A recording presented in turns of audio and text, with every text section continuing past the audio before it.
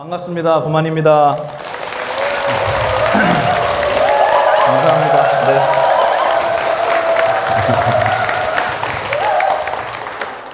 저기 막 함성 소리 들으니까 저기 아메리칸 인디언들이 와 있는 것 같아요.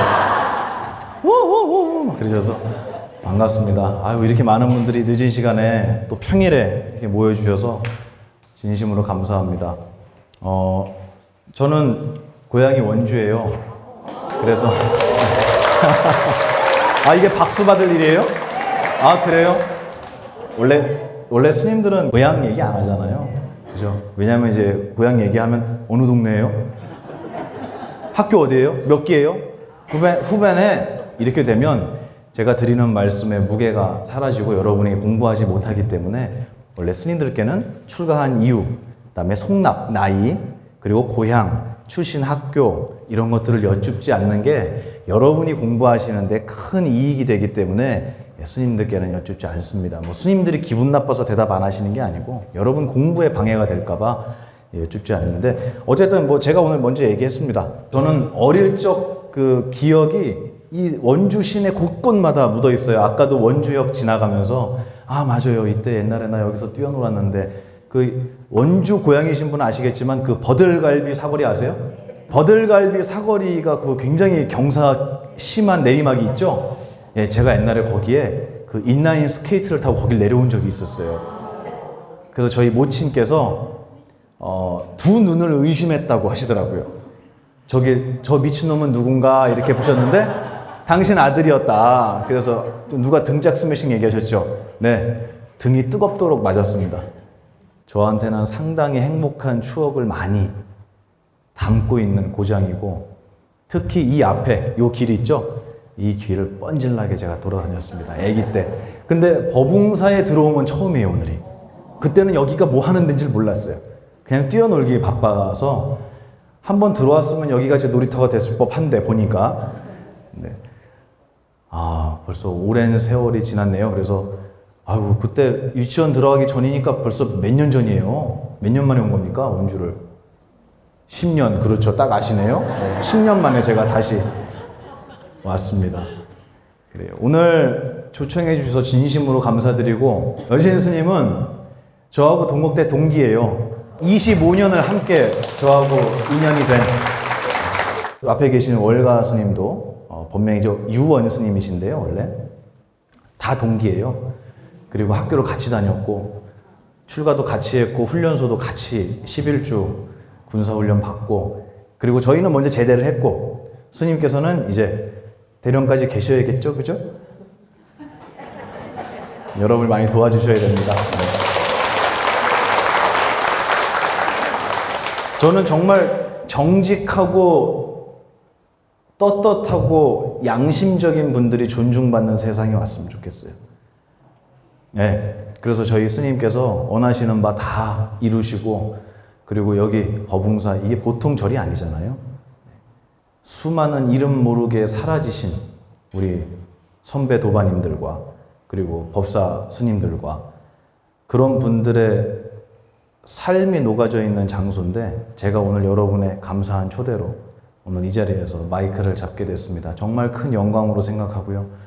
오늘은 제가 뭐 법회 주제도 가지고 오긴 했지만 여기 대부분 불교대학 다 공부하신다면서요, 그죠? 그 공부하신 분들 많이 오신다 그래서 제가 굉장히 기쁜 마음으로 왔어요. 저희 큰 스님께 항상 그런 말씀을 들었어요. 너가 나가서 누군가에게 무슨 말씀, 부처님의 가르침을 전한다라는 목표를 가지고 나가서 떠드는데, 이 법을 공부하는 분들은 사실 부처님의 가르침을 조금만 깊게 설명을 하잖아요. 제가 어제 청년회에서도 얘기를 했는데 다들 어떤 상태가 되냐면 이 삼매에 들어요. 아시죠? 어떤 상태인지. 네, 눈이 반안이 되잖아요. 반안. 이 부처님 눈 되잖아요. 그죠? 그리고 묻지 않았는데 고개를 끄덕거려요. 맞대. 이게 어떤 상태죠? 삼매에 드는 상태예요.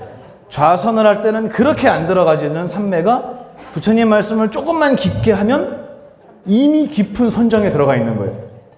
그래서 이거를 큰 스님 어떻게 해야겠습니까? 라고 했더니 비린내를 묻혀야 한다 이거예요. 그게 뭐냐면, 감히 제가 주지 스님을 가지고 장난도 치고 농담도 하고, 물론 동기이긴 하지만 이건 예의에 어긋나는 일이에요. 이렇게 공석에서는. 그럼에도 불구하고 제가 이렇게 농담을 했던 이유가 바로 비린내를 부시는 거예요. 그래, 여러분들이 귀담아 들을 거 아니에요. 그죠? 아무리 저희가 농담을 해도 그 밑에는 굉장히 중요한 부처님의 가르침이 담겨 있다라는 사실을 우리 불자분들이 잊어서는 안 됩니다. 아셨죠? 우리 여진 스님이 아무리 편안하게 말씀해 주셔도 저 스님께서 하시는 저 말씀 밑에는 뭔가 우리에게 주시려는 가르침이 있다라고 생각해야 스님께 뭔가를 얻어가실 수 있다. 제가 이 말씀을 시작하기에 앞서서 꼭 드리고 싶었어요. 그래서 우리 스님은 아우 너무 법문이 어려워 이런 분들 많이 계세요. 근데 그게 잘하시는 거예요. 여러분들이 정말 귀를 활짝 열고 마음을 열고 무슨 말씀을 하시려고 저 말씀을 꺼내셨는가, 저 밑에 어떠한 약이 들어있는가를 잘 살피는 불자님들이 되셔야 정말 스님도 돕고 여러분의 공부에도 발전이 있을 거다. 이 말씀을 먼저 드리고 오늘 강의를 시작하겠습니다. 제가 아까 그랬죠. 스님한테는 왜 출가하는지 물으면 안 된다고. 그 얘기를 하기 전에 이걸 썼나 봐요. 1번 질문. 스님, 출가한 계기를 알고 싶습니다. 2번이 그리고 어떤 깨달음을 얻으셨을까요? 3번이 어떻게 부처님을 잘 믿으면 저도 깨달음을 얻을 수 있을까요? 훌륭한 질문을 주셨어요.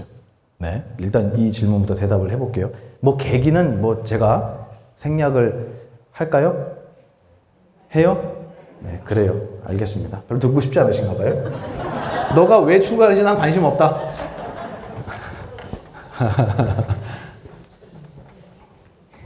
이거는 제가 다른 강의에서도 많이 얘기했기 때문에 굳이 오늘까지 얘기할 필요는 없을 것 같고 2번 질문 제가 한번 말씀을 드려볼게요. 어떤 깨달음을 얻으셨을까요? 그랬는데요. 제가 국회에서 강의할 때 국회 공무원 중에 한 분이 뭐라고 말씀하셨냐면 굉장히 도전적인 질문을 했어요. 여러분도 들으시면 야, 무시무시한 질문을 했다라고 아실 거예요. 느끼실 거예요. 그게 뭐였냐면 저한테 그러시더라고. 질문 있냐? 그랬더니 손을 딱 들어요. 불교에서 이야기하는 깨달음이라고 하는 거를 수치화 시킬 수 있습니까? 라는 질문을 했어요. 이게 무슨 뜻인지 아시죠? 수치화, 몇 점 점수를 매길 수 있냐는 거예요. 깨달음을 점수로 매길 수 있어요? 없어요? 없어요. 왜요? 아, 깨닫지를 못했으니까? 왜 못해요? 얘기해 보세요. 정답이 없어서 좋아요. 또 무한하니까 좋아요. 또 다수의 수, 그렇죠. 여러 가지 수. 맞아요. 좋은 답변이에요. 수치화 시킬 수 있습니까? 그래놓고 저한테 덧붙여서 질문을 또 했어요. 만약에 수치화 시킬 수 있다 라면 스님 몇 점입니까? 이거 물어봤어요. 몇 점 만점에 몇 점이냐고 물어봤어요. 이거 싸우자고 덤비는 거예요. 그죠? 근데 우리네는 그런 분을 만나면 겁을 먹어요, 안 먹어요? 굉장히 많이 먹어요. 무서워 죽겠어요. 있다면은 당신은 몇 점짜리냐? 몇 점 만점에 몇 점이냐? 이걸 물어봤고요. 만약에 여러분 대답처럼 수치화 시킬 수 없다면 법정 스님 깨달음하고 내 깨달음하고 뭐가 다릅니까? 이걸 물어봤어요. 누가 더 높냐고 물어보는 거예요. 누가 높다고 얘기할 수 있어요? 없어요? 없어요. 왜? 수치화할 수 없으니까. 뭘 기준으로 비교를 할 거냐는 거예요. 만약에 수치화 시킬 수 없다면 저 공부 뭐하러 하냐 이거예요. 나도 이미 세상 깨닫고 살고 있어요. 이 세상이 이런 곳이고 인생은 이런 거고 나는 이런 거라고 저 역시도 나름대로 깨닫고 있습니다. 근데 왜 스님들의 고승들의 깨달음만 훌륭하다고 얘기하고 깨달음인 것처럼 얘기하고 제 깨달음은 어리석다, 무명이다. 왜 이렇게 비하하냐 이거예요. 숫자로도 얘기하지 못하면서. 자, 대답 여진 스님께서 해주실 겁니다. 네. 이게 저는 정말로 훌륭한 질문이라고 생각했어요. 왜냐하면 있다, 없다. 이 두 가지 답을 그분은 이미 다 알고 있어요. 그리고 어떤 대답을 해도 그분은 이미 반론할 준비를 하고 있어요. 제가 대답을 이렇게 했어요. 거사님이 생각하는 깨달음이라는 말의 정의와 내가 생각하는 깨달음의 말의 정의를 일단 맞춰보고 시작합시다. 이렇게 얘기했어요. 이거에 대한 얘기는 안 하고 있잖아요, 지금. 뭐가 깨달음이냐 이거예요. 그거를 우리 서로 맞춰보고, 오케이? 이거 깨달음이에요? 오케이. 그래요. 나도 그거 깨달음이라고 정의할게요. 오케이. 그래 놓고 있냐 없냐를 얘기해야 되는 거예요. 맞죠? 아니, 사자한테 밥 먹었냐? 밥 먹었습니다. 토끼한테 밥 먹었냐? 밥 먹었습니다. 같은 밥이에요? 이거예요. 그래서 이 부처님의 가르침을 공부하실 때 여러분이 제일 먼저 하셔야 될 거는 용어의 통일이에요. 여러분이 이거를 생략하고 지나가잖아요? 그러면 뱀한테 물 주는 것도 자비라고 생각해요. 그렇지 않습니다. 그렇지 않아요. 자비가 뭔지를 설명하려면 자비가 무엇인지를 배우고 나서 이야기를 해야 돼요. 맞죠? 그러면 불교 용어, 불경에서 나와 있는 불교 용어는 누구를 통해서만 알 수 있죠? 부처님 쳐다보고 있으면 얘기해 주세요. 그럼 누구를 통해서만 알 수 있어요? 그래서 제가 주지 스님 자주 뵈라고 말씀드리는 거예요. 자꾸 여쭤봐야 돼요. 스님, 자비 하는데 뭐가 자비예요? 스님, 왜 이 세상을 고통이라고 하죠? 부처님께서 말씀하신 불교에서 얘기하는 고통이라는 것의 정의는 뭐죠? 몸이 아픈 건가요? 마음이 아픈 건가요? 뭐를 고통이라고 정의하죠? 여쭤봐야 되는 거예요. 깨달음이라는 것을 어떤 내용으로 정의하고 있는가? 그게 이 질문, 어떤 깨달음을 얻으셨습니까? 라는 질문에 선행되어야 할 공부예요. 맞죠? 네. 저는 이런 깨달음을 얻었어요. 그러면 이 질문을 하신 분께서는 당신이 알고 계시는 깨달음의 정의를 제가 얘기한 깨달음의 정의와 같다라고 착각할 수 있는 거예요. 그러면 이 대답을 하기 전에 저는 어떤 법문을 해드려야 될까요? 깨달음의 정의가 뭔지를 설명해 드려야 돼요. 제가 그 얘기를 해드릴게요. 깨달음을 뭐라고 얘기하냐면 제가 한문으로 쓰겠습니다. 뭐라고 나오냐?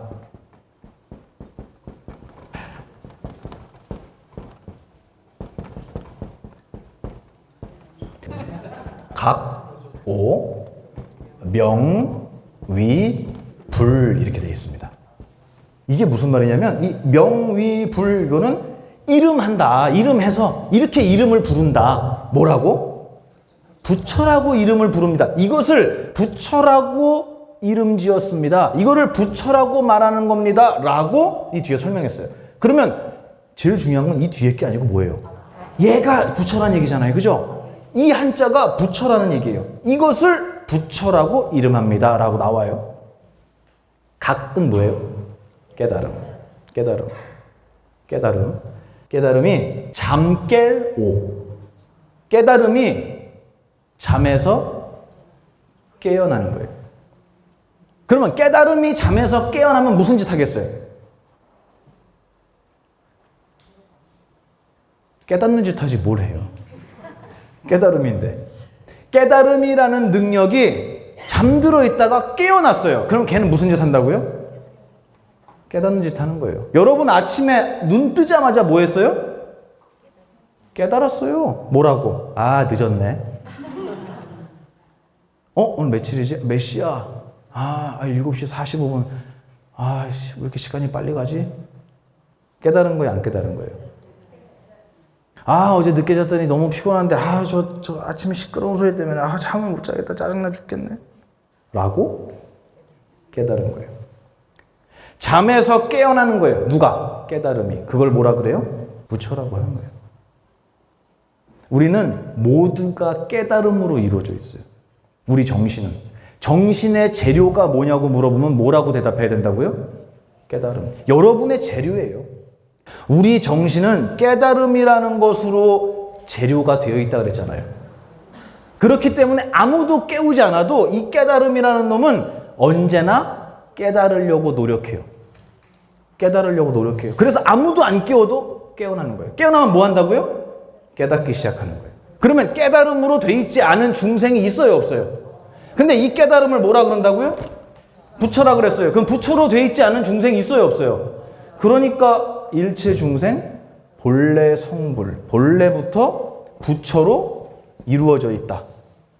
부처를 이룬다가 아니고 부처로 이루어져 있다고요. 깨달음으로 이루어져 있다고. 저기 멍멍 짖는 강아지 한 마리까지. 여러분 깨닫지 못하는 존재도 없고요. 깨달음으로 되어 있지 않은 존재도 없어요. 이해가 되세요? 그럼 여러분은 무엇으로 되어 있다고요? 그러니까 부처님이 모든 중생이 부처로 이루어져 있다라고 설명하신 거예요.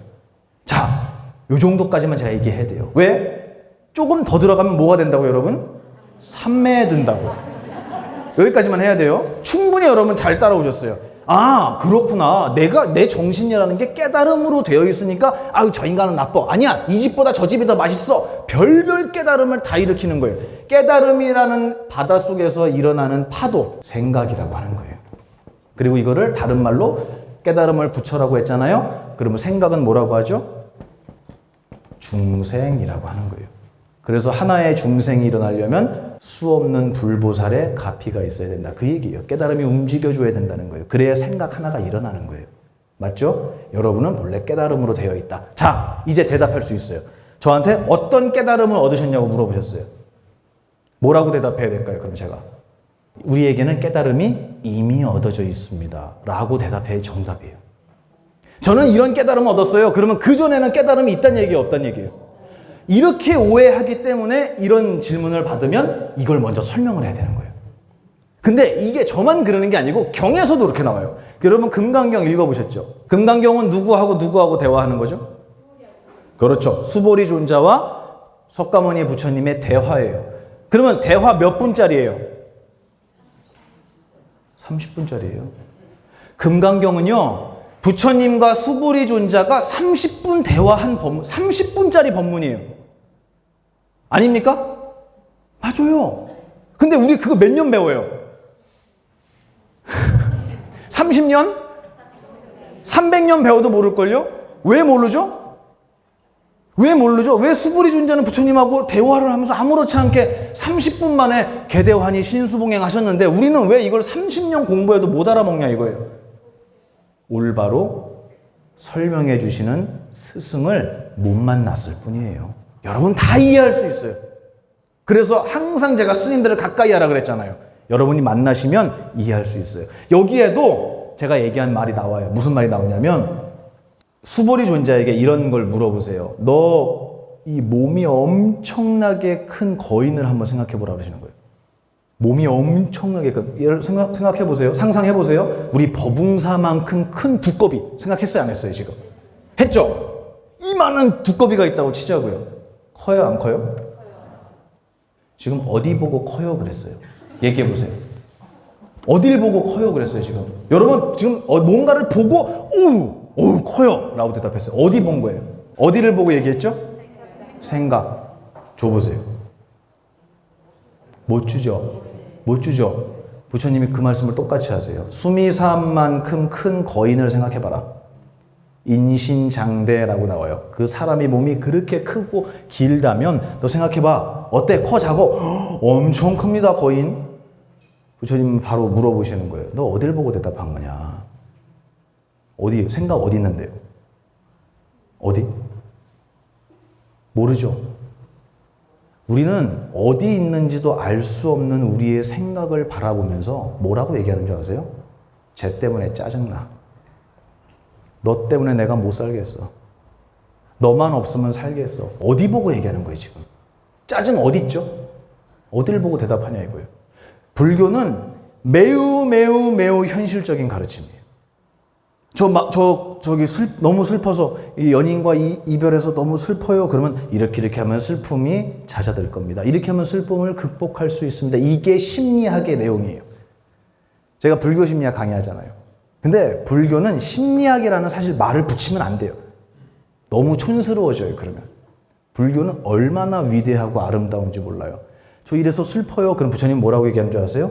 너 슬픔 어디를 보고 슬프다고 느끼는 거야? 슬픔이요? 어디 있는지는 모르지만 느껴져요. 맞죠? 그러면 나한테 느껴진 거는 있는 거예요, 없는 거예요? 이렇게 설명하시는 거예요. 느껴지기만 하지 존재하는 것은 아니다. 이렇게 설명하시는 거예요. 이게 불교의 가르침이에요. 그러니까 슬픔을 벗어나는 방법을 설명하신 게 아니에요, 부처님은. 슬퍼요. 그럼 너 슬픔 어떻게 생겼냐고 물어보시는 거예요. 아까 제가 깨달음에 대해서 수치화시킬 수 있냐 그랬더니 제가 뭐부터 설명했죠? 바로 그거예요. 우리는 그 논리, 그 눈, 그거를 부처님한테만 배울 수 있어요. 누군가가 슬퍼서 울 때 아유 이렇게 하시면 슬픔에서 벗어나요가 아니라 내가 위로해 줄게요. 물론 좋은 얘기예요. 하지만 부처님의 깊은 가르침은 그렇게 진행되지 않아요. 슬픔 줘봐. 저 마음이 힘듭니다. 힘든 마음 줘봐. 누구 대사예요 이거? 달마 스님의 대사잖아요. 해가 스님이 찾아와서 제자로 받아주십시오. 너 왜 왔어? 마음이 너무 힘듭니다. 그 힘든 마음을 나에게 줘봐. 못 드립니다. 지금 내가 너의 마음을 편안하게 해줬다. 무슨 법문? 안심 법문. 아주 유명한 불교의 법문이죠. 줄 수 없으면 있는 거 아니야. 느껴지기만 하지 존재 아니야. 그러면 존재가 아니면 우리는 무슨 일을 할 필요가 없는 줄 아세요? 없애려는 노력을 할 필요가 없는 거예요. 굉장히 중요한 얘기, 깊은 얘기예요 이거는. 그래서 여기까지만 할 거예요.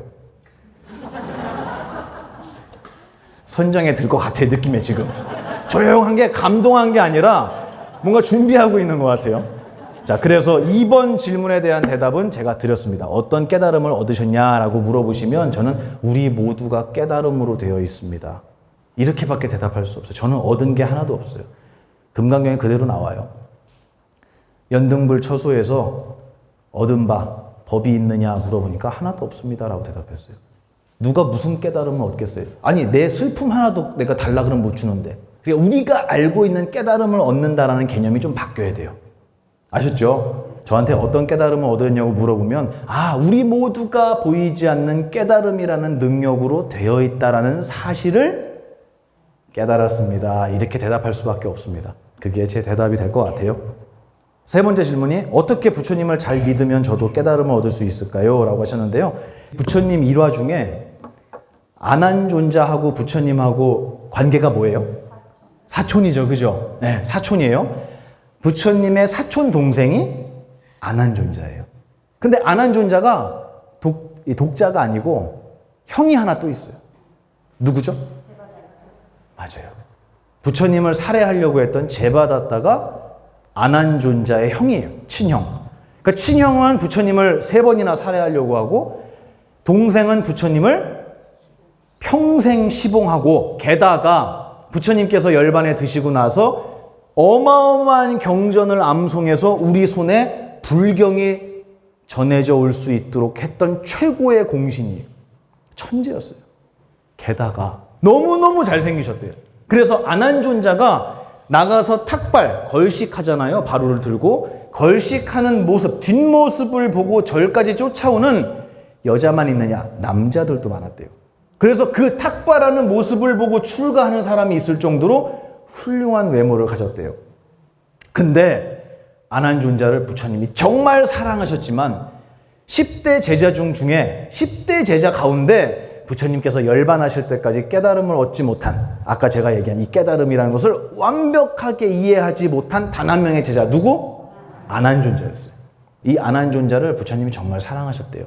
근데 항상 그래서 경에 보면 아난존자 시자니까 데리고 다니면서 생기는 일화들이 많이 나오거든요. 근데 아난존자가 데리고 다니다가 여러분 다 아시는 비유예요. 길바닥에 그 새끼줄이 떨어져 있었다 그래요. 줄이. 저거 뭐냐? 주워봐라. 그러니까 주웠어요. 무슨 냄새가 나냐? 무슨 냄새? 생선 비린내가 납니다.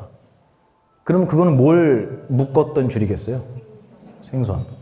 그거 모르는 사람이 어디 있어요? 그리고 나서 또 무언가를 줍는데 이번에는 종이를 주서요. 그거는 무슨 냄새가 나냐 했더니 냄새를 맡고 이것은 향 냄새가 납니다. 그러면 그 종이는 뭘 쌌던 종이에요?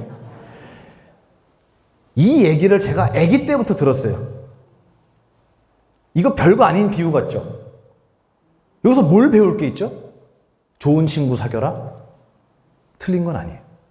근데 여기에 부처님께서 말씀하신 굉장히 중요한 수행의 한 개념이 들어가 있어요. 그게 뭐냐면 나도 모르게 내가 가까이 했던 것들에 의해서 내가 물든다라는 수행의 법칙이 들어있어요. 이거는 경에서 수도 없는 일화와 예시로 부처님이 계속 강조하세요. 또 어떤 예가 있는 줄 아세요? 코끼리가 있는데 이 코끼리가 정말 용맹했어요. 그래서 이 코끼리한테 뭘 시키냐면 당연히 전쟁도 시켰지만 적군을 밟아주기라고도 시켰지만 전쟁이 없을 때는 사형 집행을 시켰대요. 총이 없잖아요, 그때. 그죠? 밟아 죽여. 근데 전쟁이 없는 시간 동안 이 코끼리를 어디다 갖다 묶어놨냐면 절 근처에 묶어놨던 거예요. 그러니까 맨날 절에서 연불 하잖아요. 그죠? 그러면서 부처님 말씀을 서로 스님들이 이야기하고 연불하고 하죠. 그죠? 우리 여진 스님도 하시잖아요. 요 근처에 코끼리 묶어놨다고 생각해봐요. 얘가 맨날 그걸 들은 거예요. 그래서 어느 날 사형 집행을 해야 된다 그래갖고 데리고 와서 자, 어떻게? 밟아라! 밟았을까 안 밟았을까? 얘가 안 밟은 거예요. 왕이 깜짝 놀랐어요. 왜 놀랐냐면 코끼리 한 마리가 말을 안 들은 거에서 그친 게 아니에요. 전쟁이 언제 나는데? 불시에 나잖아요. 그때 얘를 투입시켜야 되는데, 코끼리 부대를 투입시켜야 되는데 이 코끼리들이 다 이 모양이라면 이거 비상 아니에요? 그 대신들한테 이거 어떻게 된 건지 알아봐 했더니 왕이시여, 이 코끼리를 절 옆에다 묶어놨더니 얘가 수행자 코끼리가 됐습니다. 야, 그러면 어떻게 하겠냐? 제 방법이 있습니다. 해놓고 어디다 묶어놨느냐? 도살장에다 갖다 묶어놓은 거예요. 어떻게 됐을까요? 얘 코끼리. 밟어! 그러면 신나게 밟는 거예요, 가서. 왜요? 맨날 죽이는 거 봤잖아요. 그릇 안에 어떤 기억이 들어가냐에 따라서 나의 이름이 바뀐다. 절에서 연불하고 수행하시는 스님들을 맨날 봤다면 나의 기억 속에 수행자의 기억이 들어가서 그 이름도 무엇이 되겠어요? 수행자가 되는 거예요. 그래서 스님 자꾸 만나라고 하는 거예요. 내가 가까이 하는 것들, 도살장을 가까이 하면 그런 내가 만들어지고요. 절을 가까이 하면, 수행자를 가까이 하면 그런 내가 만들어지는 거예요. 무언가를 가까이 하면 거기에 물드는 법칙이 있더라는 거예요. 그게 아까 새끼줄과 종이의 비유도 마찬가지예요. 이 법칙을 뭐라고 하는 줄 아세요? 제가 정말 사랑하는 단어예요. 훈습이라고 합니다.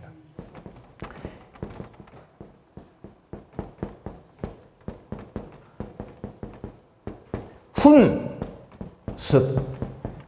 연기훈자예요. 연기훈. 연기가, 불이 나서 연기가 가득 찬 방에 들어갔다가 나오면은 무슨 냄새 나요? 그거랑 똑같아요. 습, 우리의 습관. 익숙해진다는 소리예요. 연기가 몸에 배듯이 우리는 단지 그거를 가까이 함으로 해서 가까이 했을 뿐인데 거기에 물이 든다는 얘기예요. 그래서 이 훈습은 두 가지가 있어요. 대승기신론이라는 책을 보면 나와요. 뭐가 있느냐면 첫 번째는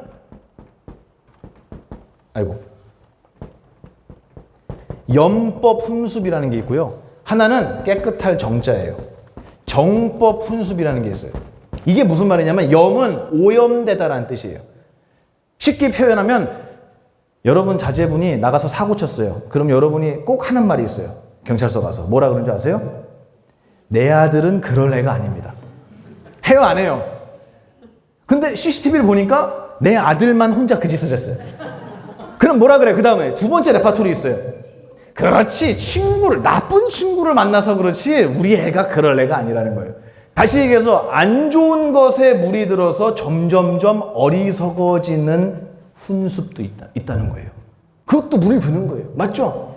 맨날 욕하는 아버지 밑에서는 자식이 어느 순간에 욕쟁이가 돼 있어요. 그게 염법 훈습이다. 어쨌든 같은 훈습이라는 개념이에요. 그러면 반대로 우리가 청정해지고 수행자다워지는 물드는 모습도 있겠어요, 없겠어요? 그거를 맑을 정자를 써서 정법 훈습이다 이렇게 얘기해요. 땅에서 넘어진 자는 뭘 딛고 일어나요? 그렇죠. 땅 때문에 넘어졌으니까 나는 땅을 짚지 않고 일어나겠다. 손 들어보세요. 계속 누워 계셔야 돼요. 그러면 버둥버둥 해야 돼요.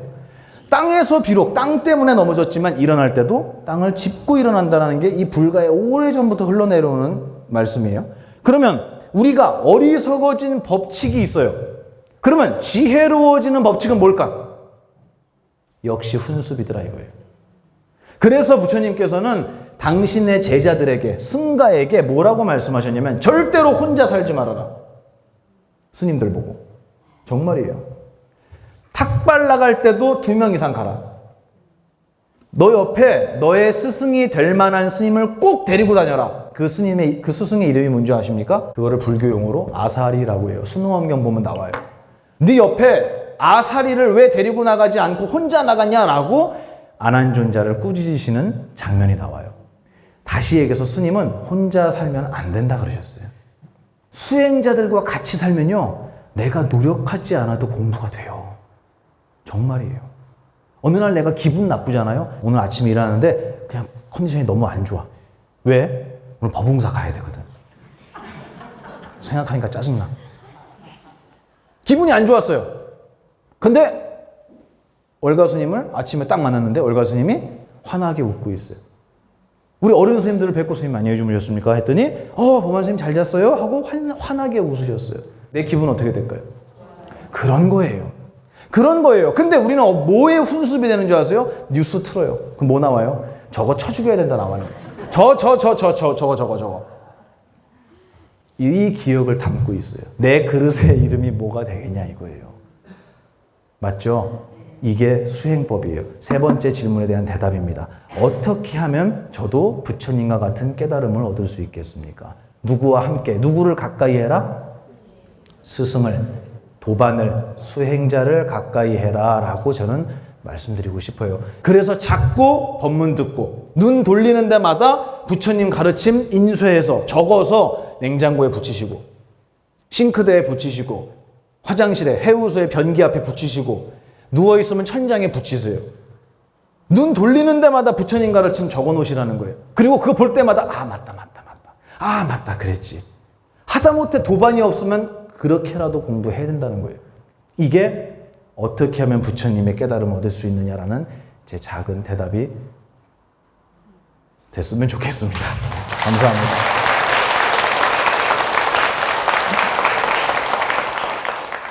질문이 하나 더 있는데요. 선업을 쌓으면 좋은 몸으로 윤회하고 악업을 쌓으면 업보를 받는다 하는데 선과 악이 존재한다면 정의 말고 선과 악의 정의가 아니라 선악을 구분하는 기준이 무엇인지 궁금합니다. 이 질문 진짜 많이 받아요, 제가. 근데 여기서 선업을 쌓으면 좋은 몸으로 윤회하고 악업을 쌓으면 업보를 받는다 그러시는데요. 이것도 마찬가지예요. 이 업보라는 말의 의미를 먼저 우리 정의를 하고 가야 돼요. 간단하게 말씀드리면 업보는요, 우리가 행동했던 모든 것들에 대한 결과예요.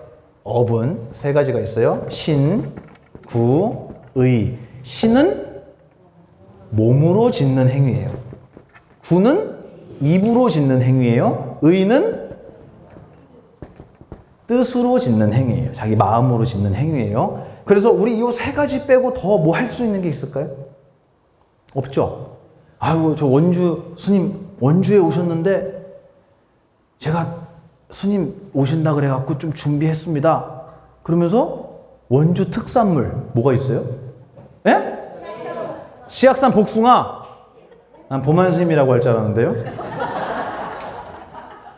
복숭아를 한 박스를 산 거예요. 스님 오신다 그래서 준비했습니다. 그리고 저를 주셨어요. 몇 개의 업이 작동했죠, 거기에? 첫 번째는 저한테 주셨단 말이에요. 행위가 있죠, 그죠? 몸으로 하는 행위. 신업이 들어있어요. 그 다음에 두 번째.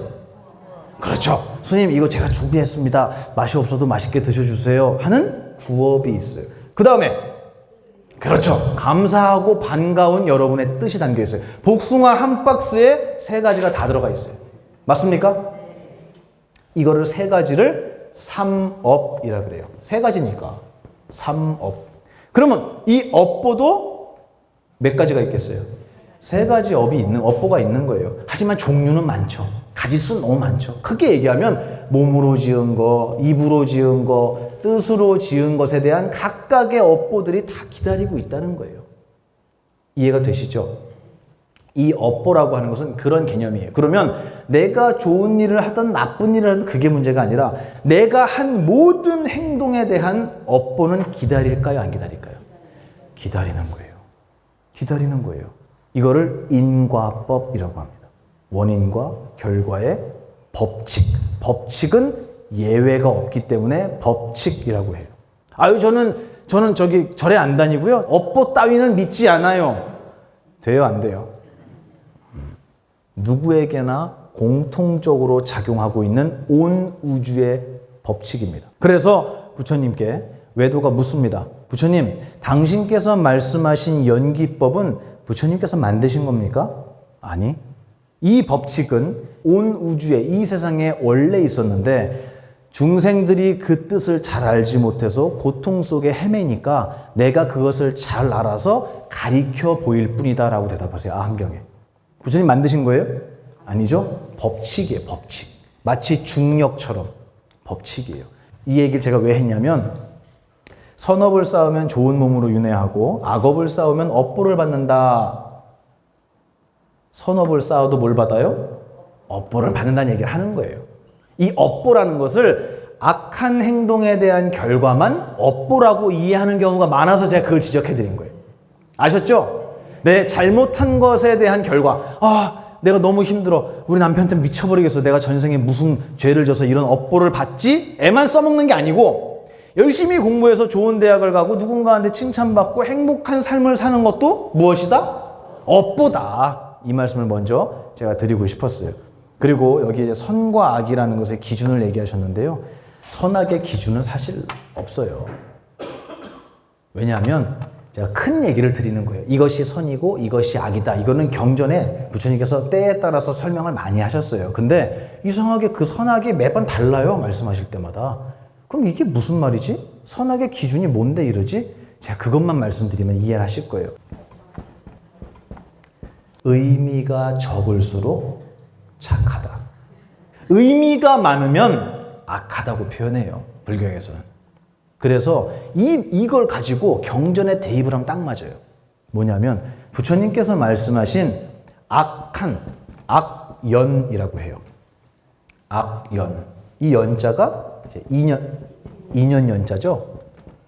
악연, 악한 인연이다. 이게 무슨 말이냐면 정말 나를 힘들게 하고 내가 쉽게 보려고 해도 보이지 않는 인연을 악연이라고 하는 거예요. 다시 말해서 의미심장한 인연을 악연이라고 하는 거예요. 누굴까요? 그래서 부처님은 가족은 악연이라고 경에 분명히 말씀하셨어요. 가족은 악연이에요. 모르는 사람이 악이라는 것을 나쁘다라고 이해하잖아요. 그러면 부처님 너무하시네. 자기 가족 없다고. 나한테 가족이 제일 소중한데 무슨 말씀하시는 거예요? 이렇게 오해할 수 있어요.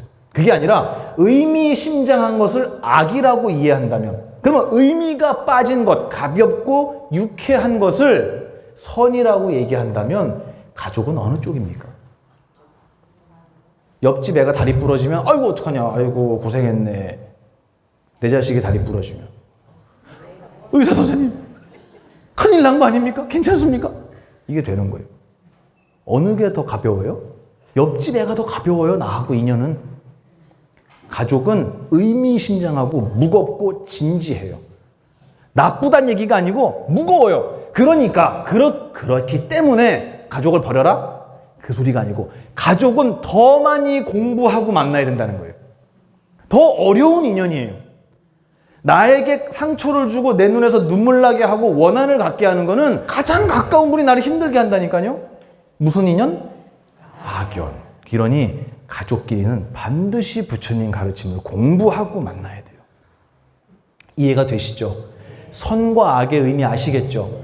뭐가 나쁘고 뭐가 좋다라고 얘기해서는 안 되는, 그런 식으로 세상을 이분법적으로 보면은 안 된다라고 부처님은 항상 말씀하시기 때문에 경전에서, 금강경에서는 뭐라고 얘기하냐면 이것이 악이다, 이것이 선이다, 저 사람은 좋은 사람, 저 사람은 나쁜 사람, 이렇게 하면 된다 안 된다?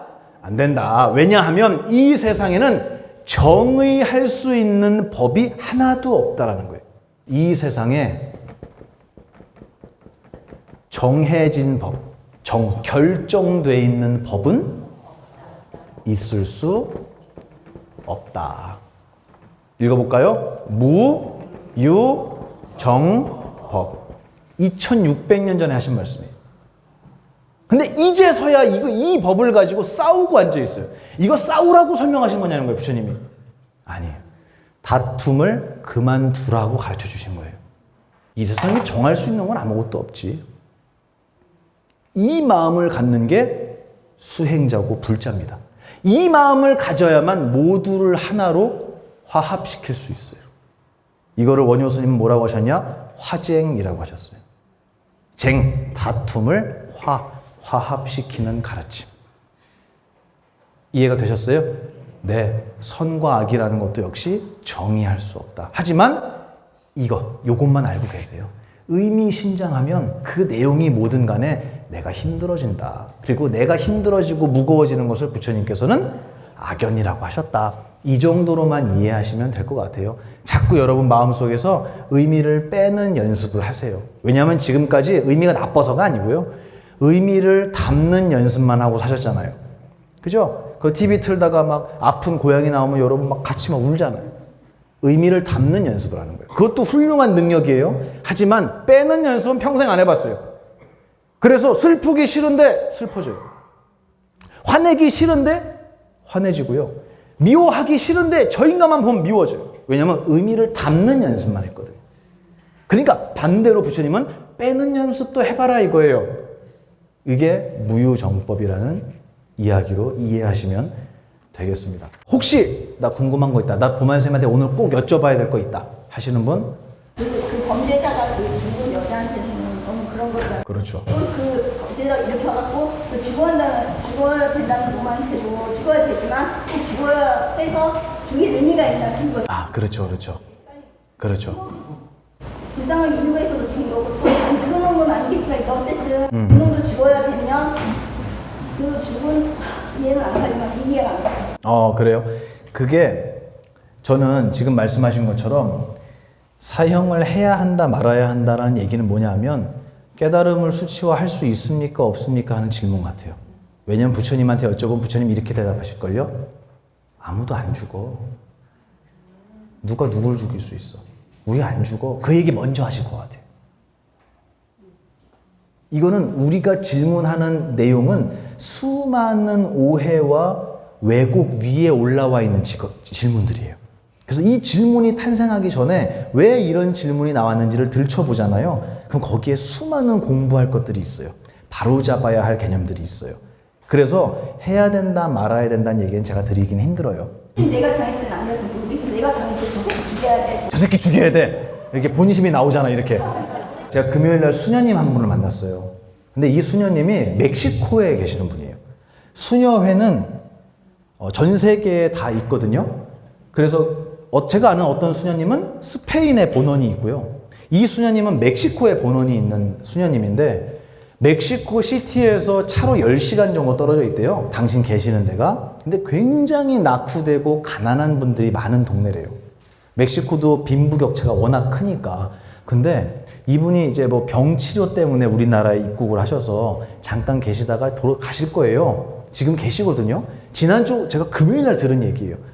절에 와서 저희하고 월가 스님하고 저하고 같이 셋이서 차를 마시는데 그분이 그러는 거예요.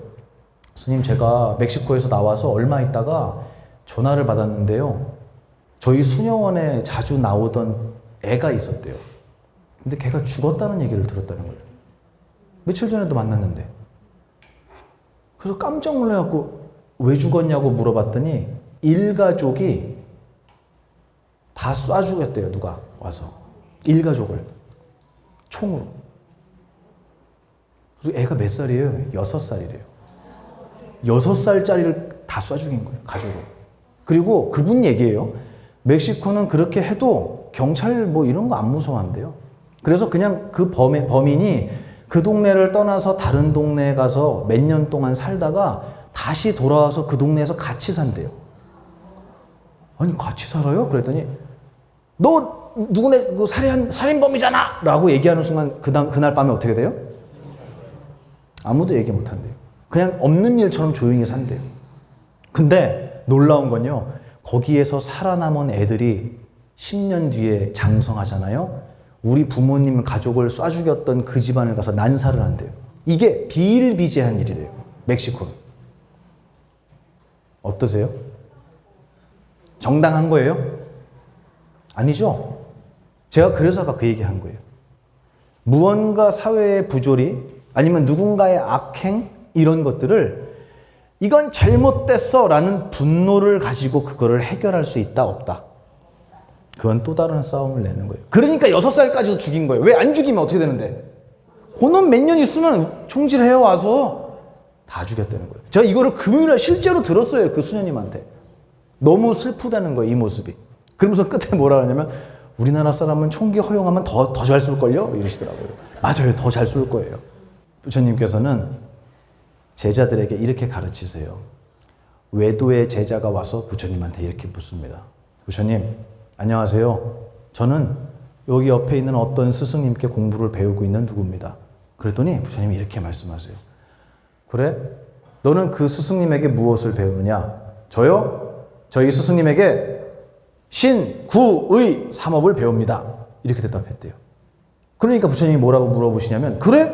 그러면 너희 스승께서는 신, 구, 의, 삼업 중에 무엇을 가장 무겁다고 설명하시느냐? 라고 질문하신 거예요. 그랬더니 뭐라고 대답했냐?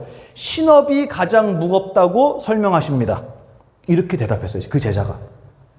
그랬더니 부처님께서 다시 물어보세요. 그러면 너희 제자들이 이 신업을 올바로 실천하지 못할 때, 아름다운 업을 쌓지 못할 때 너희 스승께서는 어떻게 훈계하느냐라고 물어보셨어요. 그랬더니 뭐라고 대답을 하냐면, 저희 스승님께서는 이 신업을 올바로 쌓지 못하는 제자들에게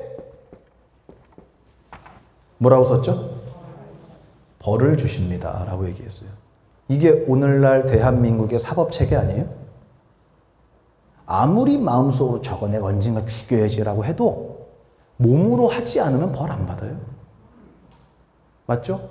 그리고 몸으로 행동하고 나면은 벌을 받는다 그랬어요.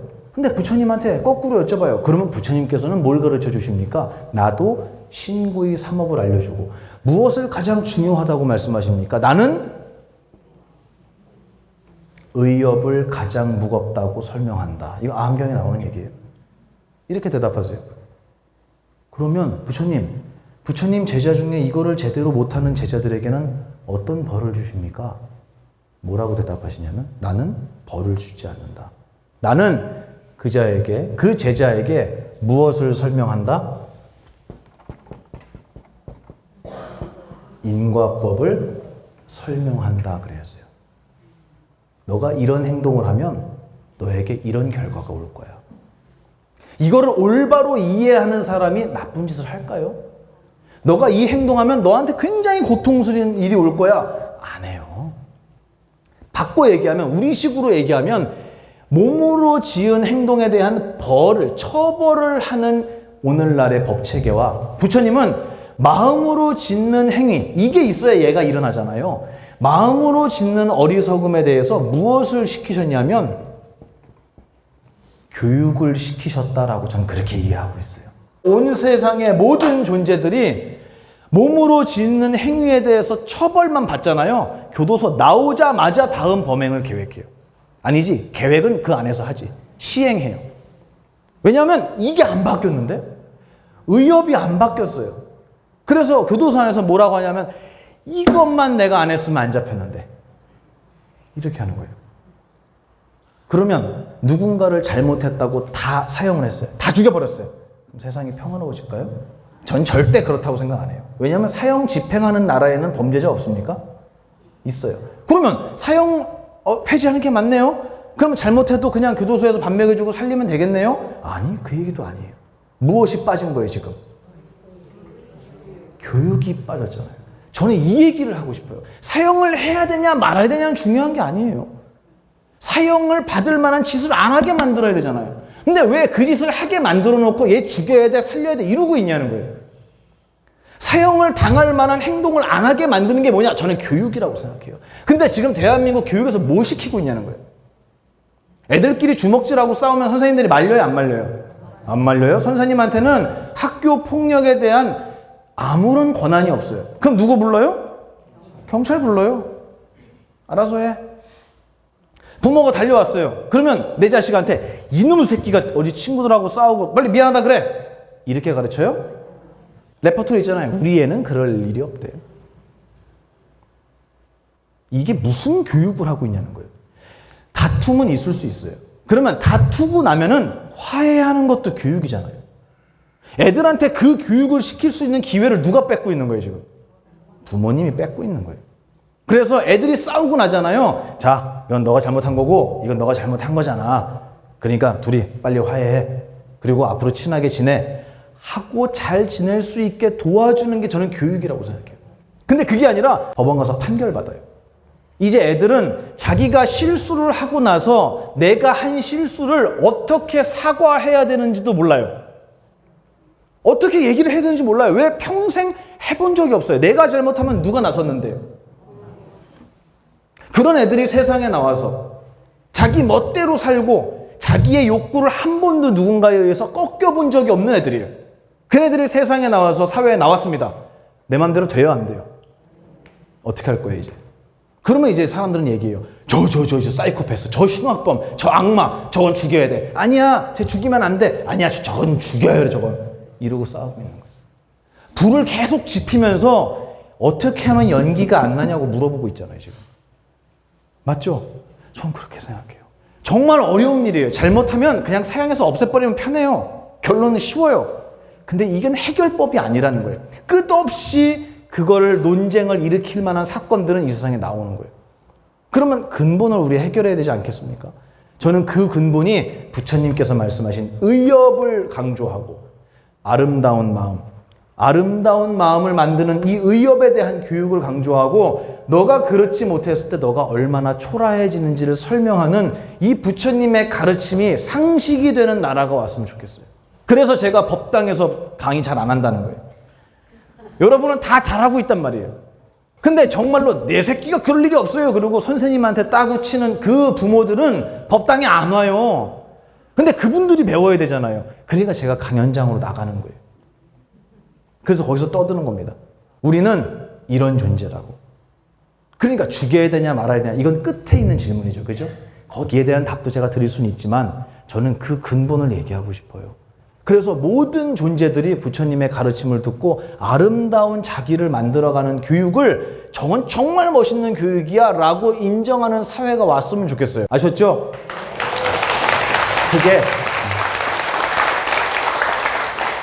그게 제가 드리는 사형 폐지에 대한 저의 생각입니다. 이건 부처님 말씀은 아니고요. 아, 그런 놈들이 있어요? 근데 무슨 교육을 시켰죠? 그거 봐요. 바로 그 얘기예요. 바로 지금 이와 같은 제가 여러분을 설명드렸던 이 부처님의 가르침, 이 교육을 저는 학교에도 해야 되고요. 직장에서도 해야 되고요. 군대에선 말할 것도 없고요. 다 해야 돼요. 그래서 내가 얼마나 위대한 존재인지를 설명해주는 이야기를 듣고 내가 아름다워지고 나면요. 누구를 살해하거나 괴롭힐 마음 자체가 안 일어나요. 이게 뭐랑 똑같냐면 애기들한테 칼을 쥐어주잖아요. 그리고 이거 뭐 자를 때 써. 그러면 아, 네, 감사합니다. 아싸, 나 칼 줬으니까 사람 죽여야지. 해요, 안 해요, 애들이? 안 해요. 걔네한테 그런 개념이 없어요. 그거 주면 새종이 자르고 앉아있을걸요? 이게 뭐냐면 선한 거예요. 선한 거예요. 의미가 없어요. 이런 교육이 전 있었으면 좋겠다. 이런 말씀으로 오늘 시간을 마무리해야 될 것 같습니다. 고맙습니다.